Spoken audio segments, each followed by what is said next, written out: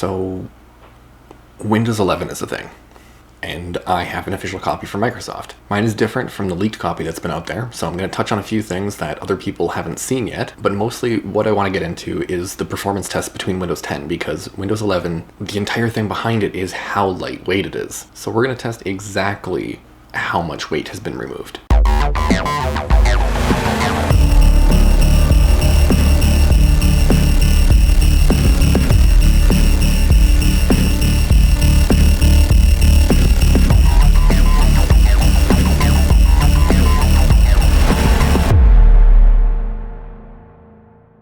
So I'm going to be running a couple benchmarks, a couple tests. There's really not much to talk about. We're just going to dive right into it. We're on Windows 10 right now. You can just tell that it's Windows 10 by the way that it is. So I'm going to open Hardware Monitor, and then I'm going to run 3DMark. The fans are already ramping up. I removed all of the Asus software, so that way it's just purely Windows managing the fan control right now. So any thermals or possibly thermal throttling is going to be entirely Windows related. I've minimized everything that we don't need. So we have the processor right here for all the temperatures of all the cores. Then we have the core clock right here, so that way we can monitor to see if it's thermal throttling at all. We have the integrated graphics, because why not? And we have the RTX 2070 Super. So right now at idle you can see that we're just hovering around 60 degrees. And this laptop does come with liquid metal from factory, so this is as good as it gets. Then obviously integrated graphics is going to be right around 60 because it's on the same chip, and then the GPU is right around 60 because it's sharing the same heatsink. All of this really makes sense. So now we're just going to run Time Spy.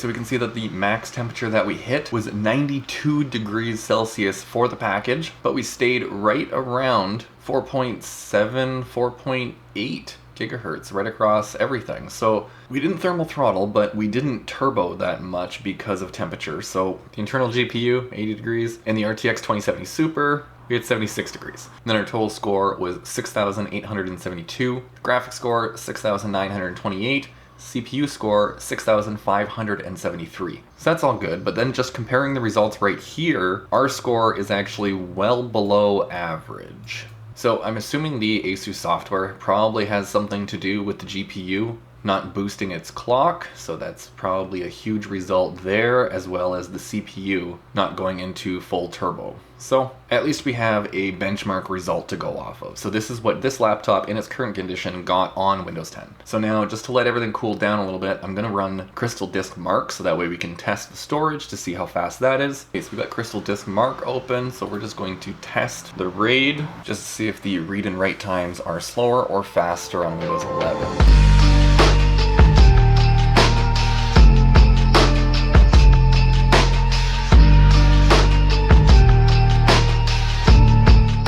So the read speed is 2,930 megabyte per second, and the write speed is 3,189 megabyte per second. So that's it. Now we can just run Geekbench, now that we have the readings on Windows 10. Before we run Geekbench, I'm just going to clear the temperature readings. That way it's all fresh and new. So you can see that we're on Windows 10 Pro, 32 gigs of RAM, i7, base frequency of 2.3 gigahertz, and the maximum frequency at 5.1. So let's just run the CPU benchmark.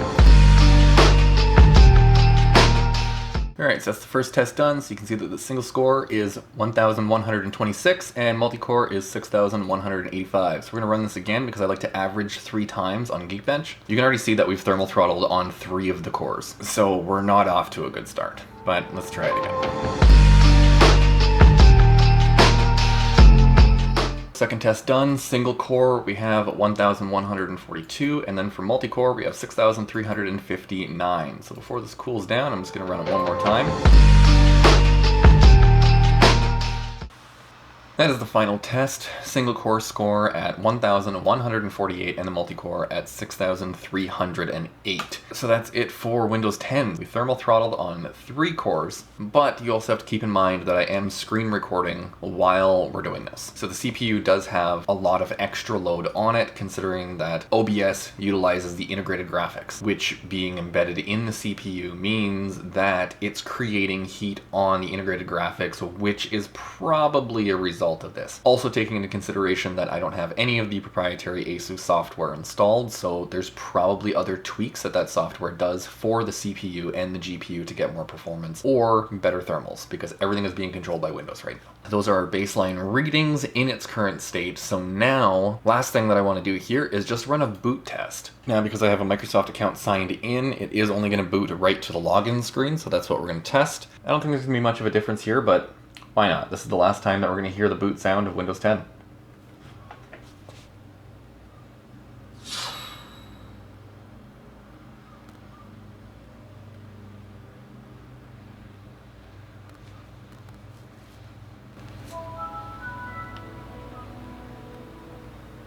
So it's about 16 seconds for the boot time. So that's it. Goodbye, Windows 10. Now, just like any regular Windows install, we're just gonna go to the boot menu, and we're gonna boot from the USB stick.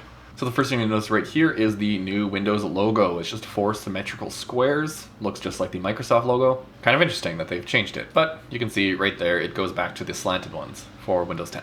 So we just install this just like we normally would. Standard license agreement. I'm gonna pick the RAID array right here, and it's just going to install. So now, because this laptop has a Windows 10 Pro product key, it didn't ask me which version to install because it knows that it already wants Windows, well, 10 Pro, but because they use the same product keys as of Windows 7 and newer, excluding Starter Edition, anything past that, they'll all work on Windows 8, 8.1, 10, and now 11 as well. So because I have a Windows 10 product key already registered with this laptop, it's going to skip the step where I pick which version to install, and it's just going to install the version that it has a product key for. So if you receive a screen where you can select which version of Windows that you're installing, then you don't have a product key on your motherboard, and you'll have to reuse your Windows 10 product key, or 8.1, 8, or 7, whichever version of Windows that you were using prior to this. Now we can just restart, and it's just like a regular Windows install. However, the setup process is quite different.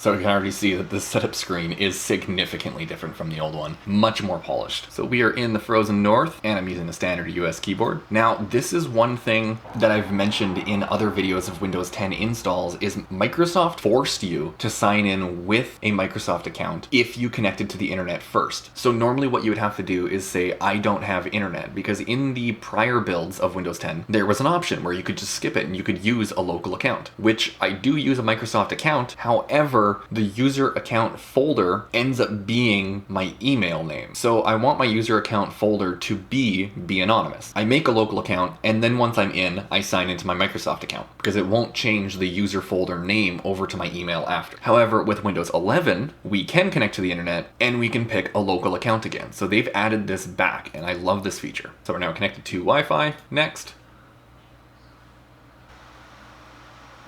Now I'm going to be using this for personal use, so we can just select that one, click next.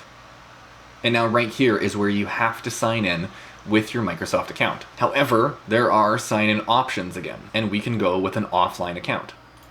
Now Microsoft is going to insist that we should sign in, but we can go to the limited experience, and we can just type in a username. And then again, right here, even better, use an online account.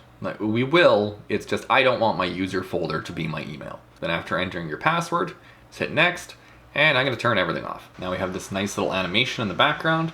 So it's very similar to the Windows 10 boot screen, but the font is different. Soft blue and purple animation in the background. Very, very polished operating system. So this is the first boot into Windows 11 that you guys are seeing here. And now that we have a local account, which right here, I'm just going to show you quick. If we go to this PC, local disk, users, this folder right here is the user account name that we made. Now, if you sign in, this folder right here is going to be the first portion of your email address. So that right there is specifically why I use a local account. So now I'm going to sign in with my Microsoft account, and then we can start comparing Windows 11 to Windows 10 to see if this is better in terms of performance, because it's supposed to be really light compared to Windows 10. Also, just for a little quick reference here for how quick this is, from putting the USB stick into the laptop to the part where we're at the desktop right now was about 11 minutes. Everything is done, set up, all of the updates are done, so I'm going to start off with the boot test here. Not that I think it's going to make any difference at all. Basically, the entire boot process on this laptop is the BIOS running the RAID controller. I don't think it's going to be faster, but let's see.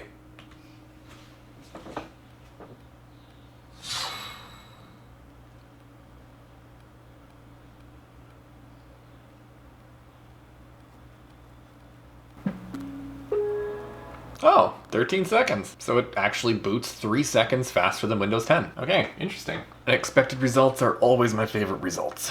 Also, you can hear that new Windows boot sound, and we're back in. So I'm just gonna show you around the place a little bit before we dive into those benchmarks real quick, because this won't take that long, but there are quite a few differences between Windows 10 and Windows 11. One of which that I don't like is Task Manager is now gone from right-clicking the taskbar. There's only taskbar settings, but it's not a huge thing because you can still use Control-Shift-Escape to open Task Manager, which, you know, it's not a huge deal or anything. It's just they've removed a feature for no reason. Now, I get it does make it simplified, so there's less confusing things, but for people who want the information, especially having Windows 11 Pro, you would kind of assume that they would keep more technical aspects in there for advanced users, or at least have a way to enable advanced user options. But it's not the end of the world. So one thing here is the animations. The blurry background is a lot more prominent, so you can actually see where they're going, and if we just hover over this, we can actually snap them like that. And now this is where it differs from the version that I've seen leaked everywhere, because this is an official version from Microsoft. I got this from my developer account, so this is an actual version from Microsoft, not the leaked copy that's out there. And one of the things that I noticed from some videos that I've seen, when you're hovering over this, it brings up these 4 options. For some reason, these ones are missing from that leaked copy that's out there. So I'm not sure if these are just added because I have the latest version that's been released, not the leaked copy. These are some options that are there that no one else seems to have covered because the leaked copy doesn't have them. Now, there are some new icons and everything. So we have this new start button, which replicates the Microsoft logo with 4 symmetrical squares. The start bar is completely different now. Windows key still works. It still opens the start menu. From here is you can just start typing for programs without clicking on anything, and it'll just start searching.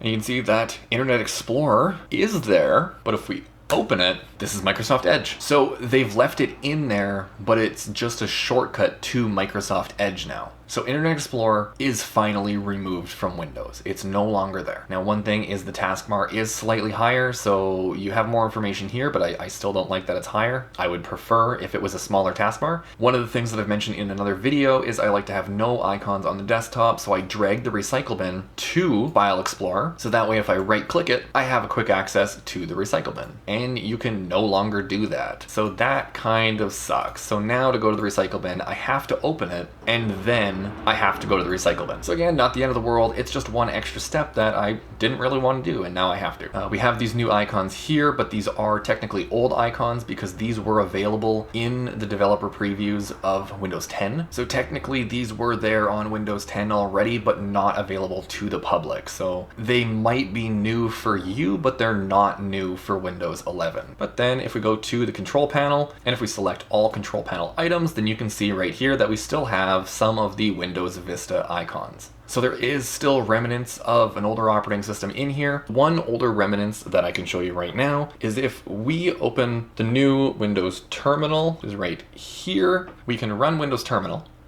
which again, this isn't new for Windows 11. It has already currently existed, but now it comes standard pre-installed. And one of the things that I love here is that we have a PowerShell terminal right here, and we can just add a new one. We can add a command prompt. This is where you'll notice that technically this is still Windows 10 because we're on version 10.0, build 21996.1. Technically, this is still Windows 10. This is just a pushed further developer preview than most people had access to, and they've rebranded the download as Windows 11 and then changed the version numbers within the operating system. But technically, it's still built off of Windows 10. So this is not an entirely new operating system like Microsoft suggested. It's, again, another update for Windows 10. But hopefully on the 24th, when they're actually going to be publicly releasing this, there may be a more polished version that gets released at launch that actually says Windows 11. So now one thing is they just recently added a little news thing right here, but on the taskbar it showed the weather, which was kind of cool, and they moved that completely to this new widgets dashboard. So now the weather is over here. So that kind of sucks because it was cool to have it just enabled there, and I don't like having things all over. So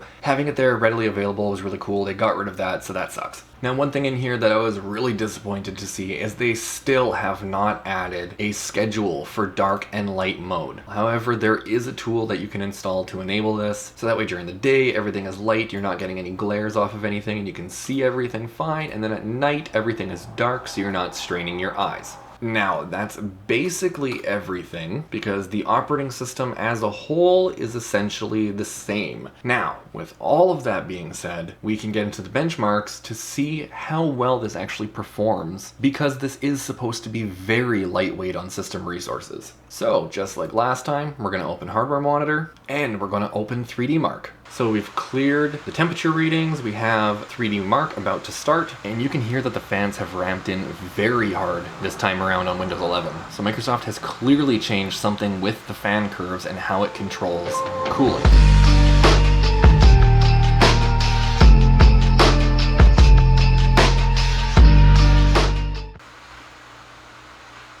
Okay, so the fans finally ramped down so I can talk because those were really loud. Keeping in mind that the fans are entirely controlled by Windows right now. I have no Asus software installed on this laptop. But you can see that we got an overall score of 7,613 this time. That's way better than before. We're just below the average and we have OBS running. So that's a graphics score of 7,426, then a CPU score of 8,886. So we got a huge increase in the CPU score and we're running OBS. And for some reason, we thermal throttled on 6 of the 8 cores, but somehow we still managed to get 4.9 gigahertz on every core except one, which was 4.8. So that is insane. I really didn't think Windows 11 was going to be that much better, but that is, well, I mean, the results are right there. That's insane. As for the GPU temperature, 78 degrees. Okay, so this one here has a different theme, but we're just going to run this.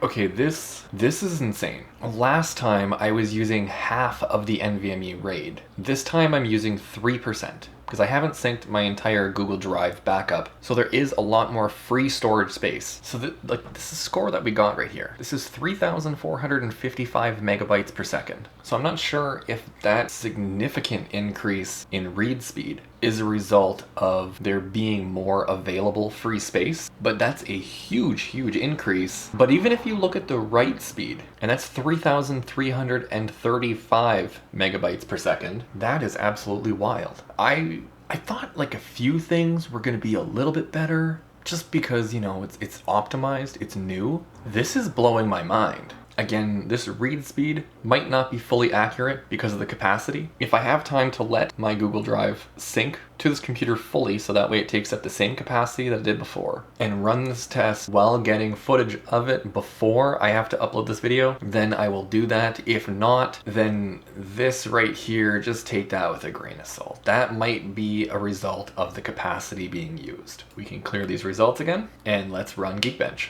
So I've already started the benchmark here, but you can just see that it is Windows 11 Pro 64-bit. And again, same everything, 32 gigs of RAM, i7, 8 core, blah, blah, blah. Everything is exactly the same. So nothing else has been changed. We're just running the Geekbench 5 benchmarks, and then we can compare these results. So for single core score, we got 1,232, multi-core was 7,687. So already both scores are faster than Windows 10. Oh, that's interesting. Right here you can see power plan is turbo. So there is a new mode that Microsoft has put for the fan curve for performance. But you can already see after the first test here, we didn't thermal throttle, and we had 4.9 gigahertz across every core. So let's run it again. So the second test is done. Single core score is 1,259, multi-core is 7,521.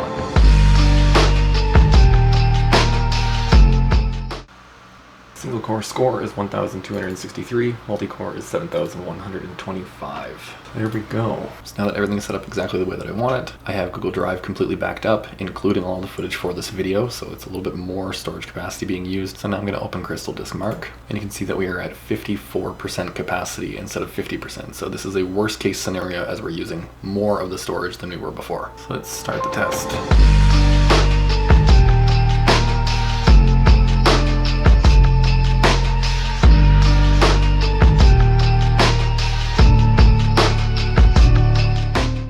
So you can see that the results are almost identical to what they were before. 3,442 megabyte per second for the read speed versus the 3,455 megabyte per second for the read speed. So they're nearly identical to how it was before. So capacity had nothing to do with it. And the write speed here is actually 1 megabyte per second faster than it was before.